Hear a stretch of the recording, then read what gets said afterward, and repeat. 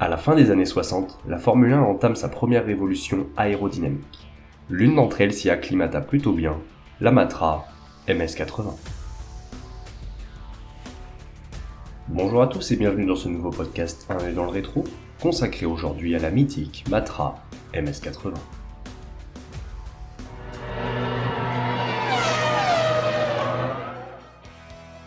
En 1967, l'écurie Matra, très présente dans le monde de l'endurance et des formules de promotion, débarque en Formule 1, notamment grâce au partenariat avec Ken Tyrrell, fournisseur des V8 Cosworth en Angleterre.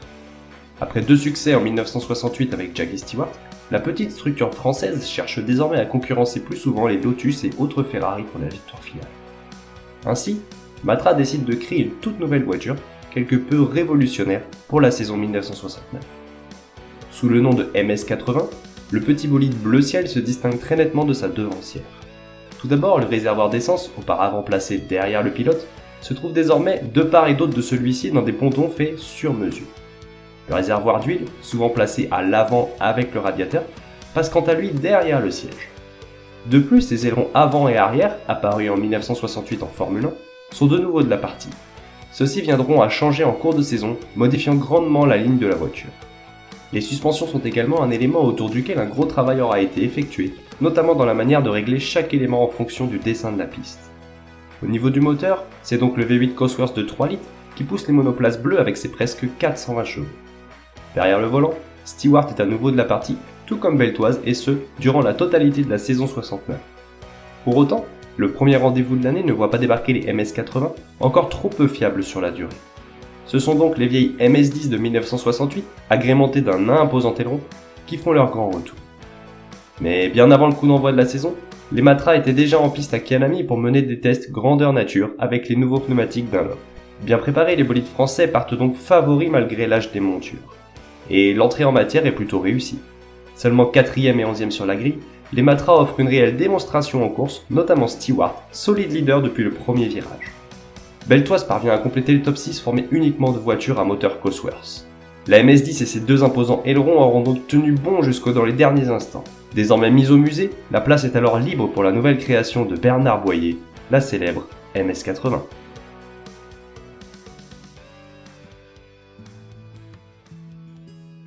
Avant son apparition officielle au championnat du monde de Formule 1, la MS80 effectue ses grands débuts lors de la course des champions, disputée sur le tracé de Brands Hatch.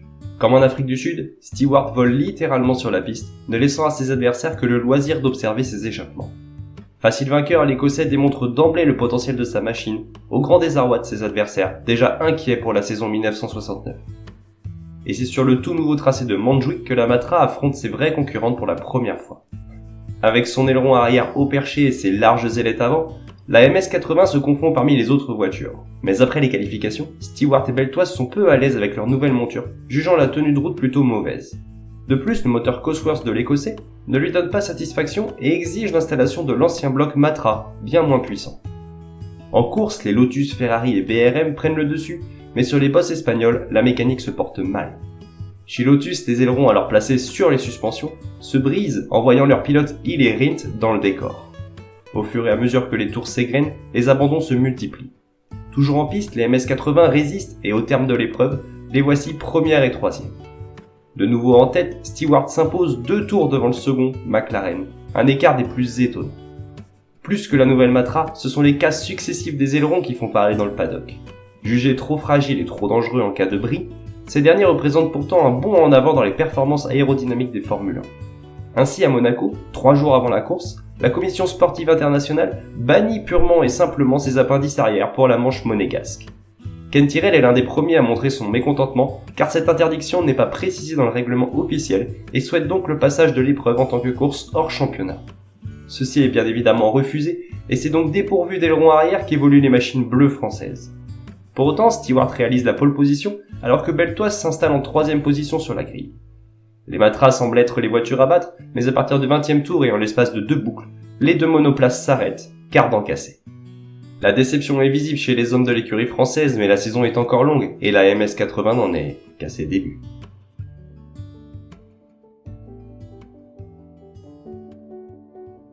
Le 4e Grand Prix de la saison se déroule sur le très rapide circuit de Zandvoort aux Pays-Bas. Normalement, la Formule 1 devait se rendre sur le long et dangereux circuit de Spa-Francorchamps, mais pour raison de sécurité, la GPDA pousse à l'annulation de la course. Ce sera chose faite quelques semaines avant la manche hollandaise, pour la plus grande satisfaction des pilotes emmenés par Stewart. Après l'interdiction ferme de la présence des ailerons hauts à Monaco, le CSI revient sur ses propos et autorise à nouveau ses appendices tout en rajoutant certaines règles de sécurité. Ainsi, les Matra retrouvent leur appui arrière avec l'apparition d'une aile placée directement sur le capot arrière, dans le prolongement de la ligne de la MS-80, finalement très effilée. Dans le même temps, dans les ateliers Matra, une nouvelle monoplace voit le jour, la MS-84 et ses 4 roues motrices. Pour l'instant, Stewart et Beltoise désirent réutiliser la MS-80, même si l'équipe française souhaite faire courir sa nouvelle création.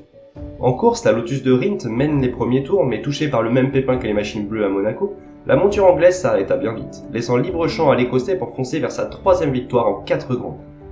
Lointain 8e, le Français n'aura jamais pu tirer le plein potentiel de sa voiture, souffrant d'un sous-virage très important tout le week-end. Puis arriva la manche à domicile pour Matra, le Grand Prix de France à Clermont-Ferrand. Et sur leur terre, les MS-80 se comportent à merveille sur le sinueux tracé de Charade.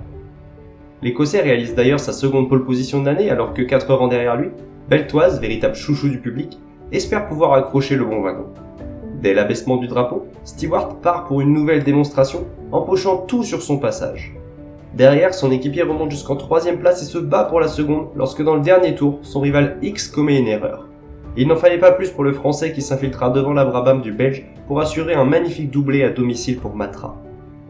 À Silverstone, si les Français sont à nouveau favorites, c'est encore Rindt qui se montre le plus rapide en qualification. Le jour de la course, l'Autrichien bataille dur face à un Stewart des grands jours, offrant au public anglais un spectacle remarquable. Mais comme trop souvent, la Lotus abdiqua trop tôt, laissant la MS-80 filer vers une nouvelle victoire. Malgré une petite alerte moteur en fin d'épreuve, le leader du championnat s'impose pour la 4e fois en 5 courses, dominant très largement le classement. Du côté de Beltoise, le Grand Prix fut tout autre. Prié d'utiliser la MS-84 et ses 4 roues motrices, il ne parviendra jamais à se mettre dans le rythme, tournant à près de 6 secondes de son équipier. Il ne fait quasiment plus aucun doute sur le nom du futur propriétaire de la couronne mondiale. Du côté des constructeurs, l'histoire semble être la même. Matra caracole en tête, loin devant les Lotus et Ferrari.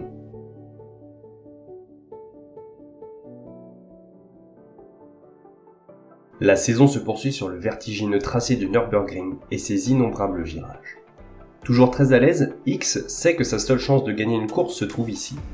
Le Belge s'empare logiquement de la pole, battant de 22 secondes le record de Clark réalisé en 1967. Et si le pilote Brabham impressionne, Stewart n'est vraiment pas loin, ne rendant que 3 petits dixièmes au bout des 22 km du circuit. Pour Beltoise, cette épreuve est un vrai calvaire. Pris d'une grosse grippe, il peine à se montrer à son meilleur niveau. Le soleil brille pour le départ et si la Matra de l'Écossais vire en tête, les problèmes débarquèrent rapidement. Touché au niveau de la boîte de vitesse, Stewart se voit contraint de ralentir s'il veut rallier l'arrivée. X n'en demandait pas tant et s'empara du commandement pour ne plus jamais le quitter. Derrière lui, la MS-80 tient bon malgré sa transmission bloquée en 3e ou 5e vitesse. Moins de chance pour le Français qui, en plus d'être terriblement malade, voit l'une de ses suspensions rendre l'âme. En terminant 2e, Stewart manque de peu le titre, mais avec une telle avance au championnat, ce dernier ne peut lui échapper. Sur l'ultra rapide tracé de Monza, les écuries abandonnent les ailerons pour gagner en vitesse de pointe. L'aspiration est la clé de la course et chacun sait que celui qui sera second dans les échappements du leader à la sortie de la Parabolica sera le mieux placé pour s'imposer. Durant toute l'épreuve, le leadership change de voiture, passant entre les mains de Stewart, Rindt, Hulme ou Courage. Quand arriva le dernier tour, ils étaient encore 4 à prétendre à la victoire, Stewart, Rindt, Beltoise et McLaren.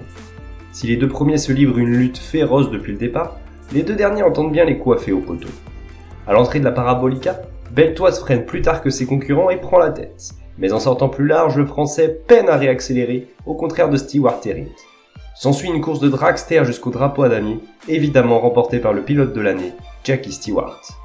Il précède de 8 petits centièmes son adversaire autrichien, de 2 dixièmes son équipier français. Avec ce nouveau succès, l'Écossais inscrit son nom au panthéon de la Formule 1 en remportant le titre de champion du monde de pilote. De même, Matra accroche sa première étoile mondiale après avoir dominé cette saison 1969. Avec 3 courses restantes, le team français espère étendre un peu plus sa suprématie lors de la tournée nord-américaine, conclusion d'une année victorieuse.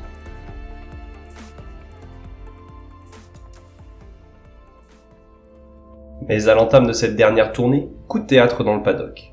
Stewart et Tyrrell annoncent leur désintérêt du projet à long terme Matra et leur iconique V12. Le duo champion se séparera donc en fin de saison après 2 années de bons et loyaux services, et surtout le titre en cette année 1969. Sans réel intérêt à présent, la Formule 1 conclut donc cette nouvelle saison par 3 épreuves nord-américaines, Canada, États-Unis, Mexique. A noter que pour ces 3 rendez-vous, l'écurie Matra aligne de nouveau sa MS84 pour le prodige français Servoz Gavin, un joli cadeau empoisonné. Après quelques tours, la victoire semble à nouveau se dessiner pour Stewart, mais dans le balai des retardataires, un contact l'envoie visiter les bas-côtés, heureusement sans gravité. Revenu sur ses talons, X menace l'Écossais, mais au 33e tour, les 2 voitures se touchent. Poussé hors piste, le champion du monde ne peut repartir, contrairement au Belge, nouveau leader. C'est l'abandon. Sur l'autre MS80, Beltoise se fait lui aussi chahuter, et malgré une suspension en piteux état, il parviendra à rejoindre l'arrivée en 4ème position, 2 places devant l'autre français et son étonnante machine. D'ailleurs, Servoz Gavin devient le seul et unique pilote de l'histoire de la Formule 1 à inscrire un point à bord d'une monoplace 4 roues motrices, un exploit. Sur la piste américaine de Watkins Glen, l'équilibre aérodynamique de la MS80 les place à nouveau en tant que favorites, d'autant plus que le V8 Cosworth évolue une dernière fois, développant sa puissance maximale. Même si la pole est ratée de peu, il ne faut que peu de tours pour voir Stewart s'emparer de la tête avant que Rindt ne reprenne finalement son bien. C'est alors que son moteur commença à laisser échapper une fumée inquiétante. L'abandon est inévitable pour l'Écossais. L'autre Matra ne s'en tirera pas forcément mieux. Privé de son 4e et 5e rapport, Beltoise finira par connaître la même sanction que son équipier, menant au second double retrait de la saison pour l'écurie française. Pour la dernière manche de la saison à Mexico, les essais démontrent la réelle supériorité des machines montées en Goodyear. Avec leur Dunlop, les pilotes des MS80 ne se font pas d'illusions, mais comme toujours, rien n'est joué avant l'abaissement du drapeau à damier. Dès le départ, Stewart, pourtant 3e sur la grille, se propulse en tête et mène la meute. Mais après quelques tours, l'Écossais manque un rapport et redescend en 4e place. Avec des gommes moins performantes, les Matra ne peuvent rien faire. La mécanique tient le coup, mais la concurrence est déjà loin devant. Ce n'est qu'au pied du podium qu'échoueront les 2 MS80 pour leur dernière apparition.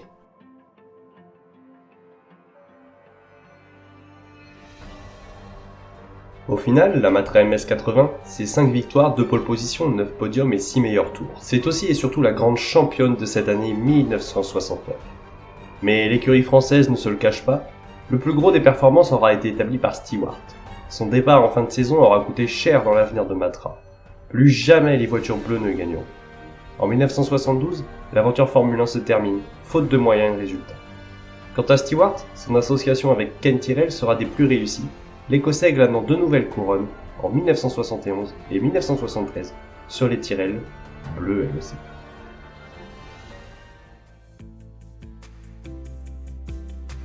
Si la carrière de la Matra MS80 devait se résumer en quelques chiffres, nous pourrions dire qu'en 10 Grands Prix, elle aura récolté 5 victoires, 9 podiums, 2 pole positions, 5 meilleurs tours en course, et surtout, le titre de champion du monde des constructeurs en 1969.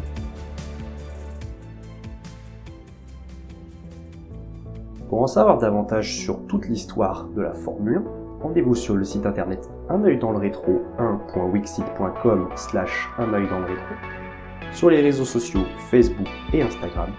Et quant à moi, je vous dis à bientôt pour un nouveau coup d'œil dans le rétro.